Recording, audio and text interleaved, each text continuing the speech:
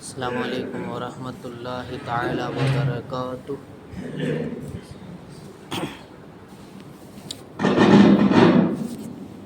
Hello hello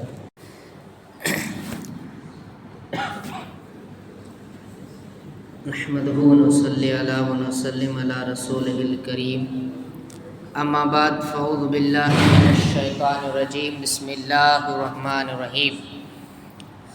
پڑھیے الصلاۃ والسلام علیک یا رسول اللہ وعلی آلک واصحابک یا حبیب اللہ۔ الصلاۃ والسلام علیک یا نبی اللہ وعلی آلک واصحابک یا نور اللہ۔ نویت سنت الاعتکاف۔ سرکار مدینہ صلی اللہ تعالیٰ علیہ وسلم نے ارشاد فرمایا، حیث ما کنتم فصلوا علی فإن صلاتکم تبلغنی، یعنی تم جہاں بھی رہو مجھ پر درود پاک پڑھا کرو کیونکہ تمہارا درود مجھ تک پہنچ جاتا ہے۔ صلو علی الحبیب صلی اللہ تعالی علی محمد صلی اللہ علیہ وسلم۔ فرمان مصطفیٰ صلی اللہ علیہ وسلم، افضل العمل النیت الصادقہ، سچی نیت سب سے افضل عمل ہے۔ اے عاشقان رسول، ہر کام سے پہلے اچھی نیتیں کرنے کی عادت بنائیے۔ اچھی نیت بندے کو جنت میں داخل کر دیتی ہے۔ بیان سے پہلے بھی اچھی نیتیں کر لیجئے۔ مثلا نیت کیجئے علم سیکھنے کے لیے پورا بیان سنوں گا، ادب سے بیٹھوں گا، دوران بیان سستی سے بچوں گا، اپنی اصلاح کے لیے بیان سنوں گا، جو سنوں گا دوسروں تک پہنچانے کی کوشش کروں گا۔ صلو علی الحبیب صلی اللہ تعالی علی محمد صلی اللہ علیہ وسلم۔ میرے پیارے آقا علیہ الصلاۃ والتسلیم کے پیارے دیوانوں، حضرت مالک بن دینار علیہ رحمہ اللہ پاک کے ولی کامل ہیں، محبت الہی سے سرشار، عشق رسول سے مالا مال، بہت بلند رتبہ شخصیت ہیں۔ آپ فرماتے ہیں کہ اللہ پاک نے مجھے 14 سال مسلسل حج کی سعادت عطا فرمائی، یعنی لگاتار 14 سال تک حج کی سعادت نصیب فرمائی۔ ہر سال مکہ مکرمہ میں حاضر ہوتا، کعبہ شریف کا طواف کرنے کی سعادتیں حاصل کرتا، اور ہر سال میں جو ہے وہاں ایک شخص کو دیکھتا، وہ خانہ کعبہ کا دروازہ پکڑے ہوتا، جب وہ تلبیہ یعنی لبیک اللہم لبیک کہتا تو غیب سے آواز آتی، لا لبیک، یعنی تیرا لبیک کہنا قبول نہیں ہے۔ حضرت مالک بن دینار علیہ رحمہ فرماتے ہیں، 14ویں سال میں نے اس شخص سے پوچھا، اے درویش تو بہرا تو نہیں ہے؟ کیا تجھے سنائی نہیں دیتا؟ لا لبیک کی آواز آ رہی ہے۔ اس شخص نے بڑا عشق بھرا جواب دیا کہ اے شیخ، ہر جو ہے میں قسم کھا کر کے کہتا ہوں، اگر 14 سال کے بجائے میری عمر 14,000 سال ہو، اور سال میں ایک مرتبہ کے بجائے ہر روز 1000 مرتبہ مجھے لا لبیک کہا جائے، پھر بھی میں اس دروازے کو چھوڑ کر کے کہیں نہیں جا سکتا۔ میں اس دروازے پر پڑا رہوں گا، کبھی اسی دروازے سے سر نہیں اٹھاؤں گا۔ میرے پیارے آقا علیہ الصلاۃ والتسلیم کے پیارے دیوانوں، استقامت کتنی مضبوط تھی۔ حضرت مالک بن دینار فرماتے ہیں، ابھی میں اس شخص کے ساتھ مصروف گفتگو تھا، اچانک آسمان سے کاغذ کا ایک ٹکڑا اس درویش کے سینے پر گرا۔ اس نے وہ کاغذ جو ہے میری طرف بڑھایا، میں نے پڑھا، اس میں لکھا تھا، اے مالک بن دینار، تو میرے بندے کو مجھ سے جدا کرتا ہے، تو سمجھتا ہے کہ میں نے اس کے 14 سال کے حج کو جو قبول نہیں کیے۔ ایسا نہیں ہے، بلکہ اس جو ہے مدت میں آنے والے تمام حاجیوں کے حج بھی اس کی پکار ہی کی برکت سے قبول ہوئے ہیں، اسی ہی کے جو ہے لبیک اللہم لبیک، یعنی اللہ کو پکارنے کی سبب اللہ نے سب کے حج قبول کر لیے۔ میرے پیارے آقا علیہ الصلاۃ والتسلیم کے پیارے دیوانوں، حج کی ایام قریب ہیں، خوش بخت لوگ جنہیں حج کی سعادت کا مژدہ مل چکا ہے، حج کی تیاریوں میں مصروف ہوں گے، قافلے سوئے حرم روانگی کو تیار ہوں گے، اور فلائٹ اڑنا شروع ہو چکی ہے۔ خوش نصیب عاشقان رسول چوک در چوک حرم پاک میں پہنچنے لگے ہیں۔ اللہ پاک ہمیں بھی یہ عظیم سعادت نصیب کرے، ہم بھی حرم احرام باندھیں، حرم پاک پہنچیں، کعبہ مقدسہ کی خوبصورت مہکی جو ہے فضاؤں میں ہر سانس لینے کی سعادت ملے، کعبہ شریف کے پر نور نظاروں سے آنکھیں ٹھنڈی کر پائیں۔ کعبہ جو ہے کبھی ملتزمہ یعنی خانہ کعبہ میں وہ حصہ جو دروازہ کعبہ اور حجر اسود کے درمیان واقع ہے اس کو چومیں، کبھی حجر اسود کے بوسے لیں، کبھی میزاب رحمت کے نیچے نفل پڑھنے کی سعادت نصیب ہو۔ میرے پیارے آقا علیہ الصلوۃ والتسلیم کے پیارے دیوانوں، دعا کریں اللہ سے کہ اللہ مینا عرفات مزدلفہ میں جانا لبیک اللہم لبیک کی صدائیں بلند کرنا نصیب ہو جائیں۔ میرے پیارے آقا علیہ الصلوۃ والتسلیم کے پیارے دیوانوں، عاشق کہتے ہیں کہ بڑا حج پہ آنے کو جی چاہتا ہے، بڑا حج پہ آنے کو جی چاہتا ہے، بلاوا اب آئے گا کب یا الہی، میں مکے میں آؤں مدینے میں آؤں، بنا کوئی ایسا سبب یا الہی۔ میرے پیارے آقا علیہ الصلوۃ والتسلیم کے پیارے دیوانوں، اللہ پاک ہم سب کو حج اور عمرہ کی کرنے کی اور مدینہ منورہ بار بار ادب حاضری کی سعادت نصیب کرے۔ کاش ہم مکے میں جائیں، مدینے میں جائیں، پھر آئیں، پھر جائیں، پھر آئیں، پھر جائیں، کاش آخر مدینے میں ہی میں 2 گز زمین کا ٹکڑا نصیب ہو جائے۔ آمین بجاہ النبی الامین صلی اللہ تعالیٰ علیہ وسلم۔ اللہ پاک قرآن کریم میں فرماتا ہے وَأَذِّن فِي النَّاسِ بِالْحَجِّ، اور لوگوں میں حج کی عام ندا کر دے۔ مفسرین اکرام اس آیت کے تحت فرماتے ہیں کعبہ شریف جس مقام پر اب ہے پہلے بھی یہی تھا۔ جب حضرت نوح علیہ السلام کے مبارک دور میں طوفان آیا اس وقت کعبہ شریف کو اٹھا لیا گیا۔ پھر حضرت ابراہیم علیہ السلام کے مبارک دور میں اللہ پاک نے حضرت ابراہیم علیہ السلام کو حکم دیا، اے ابراہیم بیت اللہ شریف کی تعمیر کیجئے۔ حضرت ابراہیم علیہ السلام مکہ مکرمہ تشریف لائے، آپ نے کعبۃ اللہ شریف کی تعمیر کی۔ حضرت اسماعیل جو آپ کے شہزادے ہیں انہوں نے آپ کے ساتھ آپ کی معاونت کی، دونوں باپ بیٹے نے کعبہ شریف کی تعمیر کو مکمل کیا۔ جب تعمیر مکمل ہو گئی تو اللہ پاک نے حضرت ابراہیم کو حکم دیا، اے ابراہیم اب آپ حج کا اعلان کر دیجئے، لوگوں کو پکاریے کہ وہ حج کے لیے آئیں۔ حضرت ابراہیم علیہ السلام نے عرض کیا، یا اللہ پاک میری آواز کہاں تک پہنچ پائے گی؟ اللہ پاک نے ارشاد فرمایا علیک الاذان وعلی البلاغ، اے ابراہیم آپ کا کام ہے اعلان کر دینا، لوگوں تک آواز پہنچانا ہمارا کام ہے۔ آپ کا کام ہے اعلان کر دینا، آواز کو پہنچانا ہمارا کام ہے۔ میرے پیارے آقا علیہ الصلوۃ والتسلیم کے پیارے دیوانوں، اب حضرت ابراہیم علیہ السلام کوہ صفا پر اور ایک روایت کے مطابق جبل ابو قبیس پر تشریف لائے۔ پہلے آپ نے تلبیہ یعنی لبیک اللہم لبیک پڑھا۔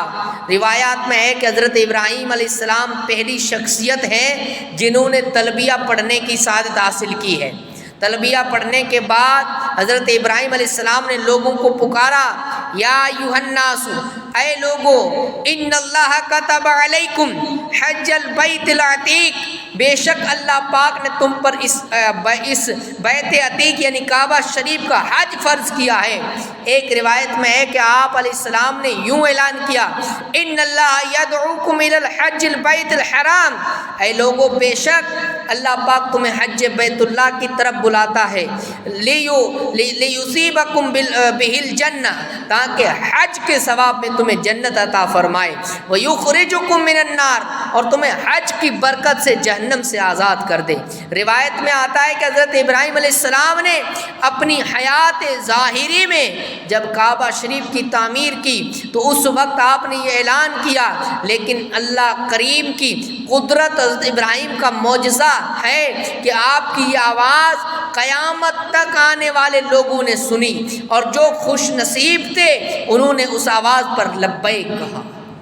میرے پیارے آقا علیہ الصلوۃ والتسلیم کے پیارے دیوانوں، حضرت امام مجاہد علیہ رحمہ فرماتے ہیں جس نے اس وقت لبیک کہا تھا وہی زندگی میں حج کی سعادت پاتا ہے، وہی زندگی میں حج کی سعادت پاتا ہے، اور جس نے ایک مرتبہ لبیک کہا تھا وہ ایک مرتبہ حج کرتا ہے، اور جس نے 2 مرتبہ لبیک کہا تھا وہ 2 مرتبہ حج کرتا ہے، اور جس نے زیادہ مرتبہ لبیک کہا تھا وہ زیادہ مرتبہ حج کرتا ہے، حج کرنے کی سعادتیں حاصل کرتے ہیں۔ اور میرے پیارے آقا علیہ الصلوۃ والتسلیم کے پیارے دیوانوں، سبحان اللہ، پتہ چلا کہ آج جو حاجی حج کی سعادت پاتے ہیں نا، پیسہ خرچ کرتے ہیں، سفر کی مشقت برداشت کرتے ہیں، طواف کعبہ کی سعادت پاتے ہیں، مینا میں میدان عرفات میں ٹھہرتے ہیں، مزدلفہ کا قیام کرتے ہیں، صفا مروہ پر دوڑتے اور مشقت برداشت کرتے ہیں، یہ عملی طور پر اس بات کا اظہار کر رہے ہوتے ہیں کہ ہم بھی ان خوش نصیبوں میں شامل ہیں جنہوں نے حضرت ابراہیم علیہ السلام کی پکار پر لبیک کہا تھا، ہم بھی ان لوگوں کے اندر شامل ہیں۔ میرے پیارے آقا علیہ الصلوۃ والتسلیم کے پیارے دیوان، آخر میں حج کس پر فرض ہے؟ سماعت فرما لیں، حج ہر صاحب استطاعت مسلمان پر فرض ہے۔ اللہ پاک فرماتا ہے وَلِلَّهِ عَلَى النَّاسِ حِجُّ الْبَيْتِ مَنِ اسْتَطَاعَ إِلَيْهِ سَبِيلًا، پارہ نمبر 4 سورہ آل عمران کی آیت نمبر 97۔ اللہ کے لیے لوگوں پر اس گھر کا حج کرنا ہے جو اس تک چل سکے۔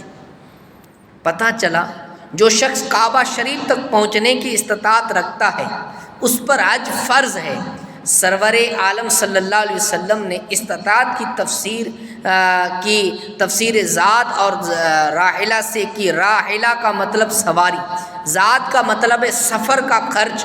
علماء اکرام فرماتے ہیں کہ جس کے پاس اتنا مال ہے کہ گھر سے چل کر مکہ مکرمہ پہنچے، وہاں قیام کے اخراجات، وہاں سے واپسی کے اخراجات، اور جتنے دن حج پر لگیں گے ان ایام کا گھر والوں کا خرچہ اس کے پاس موجود ہو، راستہ بھی پرامن ہو، تو اس پر حج فرض ہو جاتا ہے۔ اور یاد رکھیں حج فرض ہو جانے کے بعد فوراً حج کر لینا ضروری ہے، یعنی اس میں ٹال مٹول کرنا، آئندہ سال چلا جاؤں گا، بیٹیوں کی شادی کر لوں اس کے بعد حج کرنے کے لیے جاؤں گا، ابھی کاروباری معاملات اٹکے ہوئے ہیں یہ پورے کر لوں پھر حج کے لیے جاؤں گا، یہ اندازہ قطعاً درست نہیں ہے، یہ انداز قطعاً درست نہیں ہے۔ علماء فرماتے ہیں اگر کسی شخص پر حج فرض ہو گیا لیکن وہ حج پر گیا نہیں، ٹال مٹول کرتا رہا، مؤخر کرتا رہا، اس سال نہیں اگلے سال چلا جاؤں گا، اس سے اگلے سال چلا جاؤں گا، ابھی بڑی زندگی پڑی ہے پھر چلا جاؤں گا، یوں کرتا رہا، پھر اس پر غربت آ گئی تو اب بھی اس پر حج فرض ہے۔ ایسی صورت میں اس پر لازم ہے کہ قرض لے کر کے حج پر جائے، اللہ پاک کے اس قرض کا انتظام فرما دے، اللہ پاک اس کے قرض کا انتظام فرما دے گا۔ مسئلہ سمجھے آپ؟ یعنی حج فرض تھا، اب حج کیا نہیں، چلا جاؤں گا بعد میں چلا جاؤں گا، ایسے 5-10 سال نکل گئے، اب حج جناب پر فرض تھا، پھر انسان ہے غربت بھی آ گئی تو اب حج اس نے فرض نہیں ادا کیا ہے تو اس کو چاہیے کہ اب وہ قرض لے کر کے حج کرے۔ پہلے یوں تو قریب پر حج فرض ہی نہیں ہے، لیکن اب وہ قرض لے کر کے حج کرے گا، اللہ تبارک و تعالیٰ جو ہے اس کے قرض کا انتظام بھی فرما دے گا، وہ کریم ہے۔ جو شخص حج فرض ہونے کے باوجود حج نہیں کرتا ہے، سفر حج کی تیاریاں نہیں کرتا، وہ نہایت نقصان میں ہے۔ مسلمانوں کے چوتھے خلیفہ حضرت علی مرتضیٰ شیر خدا رضی اللہ تعالیٰ عنہ سے روایت ہے کہ اللہ پاک کے آخری نبی رسول ہاشمی صلی اللہ علیہ وسلم نے فرمایا جو بندہ زاد اور راحلہ یعنی سواری اور سفر خرچ کا مالک ہو اور جس کے ذریعے وہ مکہ مکرمہ تک پہنچ سکے، اس کے باوجود اگر وہ حج نہ کرے تو چاہے یہودی ہو کر مرے یا نصرانی ہو کر کے مرے۔ یہ سرکار مولا کائنات نے فرمایا، چاہے وہ یہودی ہو کر مرے چاہے نصرانی ہو کر کے مرے۔ اللہ اکبر! غور فرمائیے کیسی سخت وعید ہے۔ ہمارے آقا صلی اللہ علیہ وسلم رحمت للعالمین یعنی تمام جہانوں کے لیے رحمت ہے۔ لوگوں کا ایمان قبول کر لینا آپ کو انتہائی پسند ہے۔ جب غیر مسلم کلمہ نہیں پڑھتے تھے، قرآنی آیات پر ایمان نہیں لاتے تھے، تو آپ صلی اللہ علیہ وسلم بہت غمگین ہو جایا کرتے تھے۔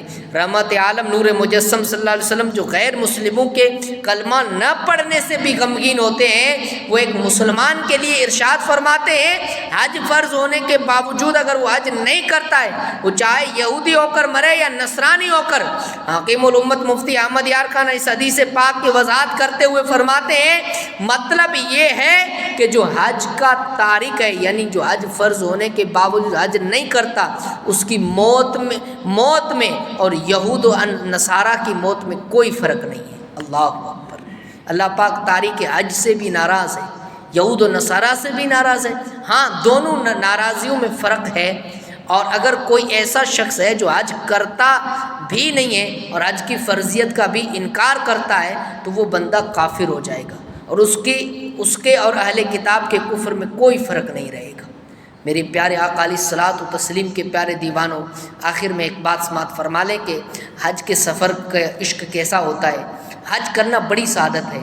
جس پر حج فرض ہے وہ حج کے لیے جائے، اور جو فرض حج ادا کر چکا ہے، اگر اللہ پاک نے وسعت دی ہے تو مال و دولت سے نوازا ہے، تو اسے چاہیے کہ نفل حج کے لیے جائے، بلکہ ممکن ہو تو ہر سال جائے، عمرے کرنے جائے، حج کرنے جائے، کیونکہ یہ وہ مقدس جگہیں ہیں جہاں پر دن و رات اللہ کی رحمت برستی ہے۔ وہ پاک جگہیں ہیں۔ تو کعبے کو ملتزم کو پکڑ کر کے دعا مانگنا، اور پھر کعبے کے نظاروں کو دیکھنا، پھر جو ہے مدینے کے بہاروں میں گھومنا، اس سے بڑھ کر کے اور کیا محبت کی نشانی ہو سکتی ہے، اور کیا قبولیت کی جگہ ہو سکتی ہے۔ حضرت شفیق بلخی فرماتے ہیں کہ مکہ مکرمہ حج کے لیے جا رہا تھا، راستے میں ایک شخص دیکھا، اپاہج، یعنی وہ ایک پاؤں سے معذور تھا، اپاہج ہے، چلنے پھرنے سے معذور ہے، گھسٹ کر مکہ مکرمہ کی طرف چلا جا رہا ہے۔ مجھے بہت حیرت ہوئی کہ یہ کیسا عجیب شخص ہے، چلنے سے معذور ہے، پھر بھی کس شوق اور شوق کے ساتھ مکہ مکرمہ کی طرف جا رہا ہے۔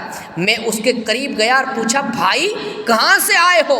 کہنے لگا میں سمرقند سے چل کر کے آیا ہوں۔ سمرقند جو ہے ایک صوبہ ہے، سمرقند مکہ مکرمہ کا فاصلہ تقریباً 4417 کلومیٹر ہے۔ اتنا طویل سفر، وہ شخص چلنے سے معذور گھسٹ کر جا رہا ہے۔ حضرت شفیق بلخی فرماتے ہیں مجھے بڑی حیرت ہوئی، اور میں نے اس سے پوچھا بھائی کتنا عرصہ ہوا سمرقند سے چلے ہوئے؟ کہنے لگا 10 سال ہو چکے ہیں۔ اب تو تعجب اور حیرانی کی انتہا نہ رہی۔ حضرت شفیق بلخی علیہ رحمہ حیرت میں ڈوب کر ٹکٹکی باندھ کر اس خوش نصیب عاشق رسول کی طرف دیکھنے لگے۔ اس نے پوچھا اے شفیق کیا دیکھتے ہو؟ فرمایا میں تمہاری کمزوری اور سفر کی درازی سے بہت حیران ہوں۔ اس خوش نصیب عاشق رسول نے بڑا پیارا جواب دیا، کہنے لگا اے شفیق بلخی سفر کی دوری کو میرا شوق قریب کر دے گا، اور جہاں تک بات ہے میری کمزوری کی، تو میری کمزوری کا سہارا میرا مالک و مولا ہے۔ میری کمزوری کا سہارا تو جو ہے میرا مالک و مولا ہے۔ میرے پیارے آقا علیہ الصلوۃ والتسلیم کے پیارے دنوں آپ نے سنا اپائج حاجی کا جذبہ کیسا زبردست ہے۔ اپائج یعنی چلنے سے معذور ہونے کے باوجود گھسٹ کر کعبہ شریف کی زیارت کے شوق میں چلا جا رہا ہے۔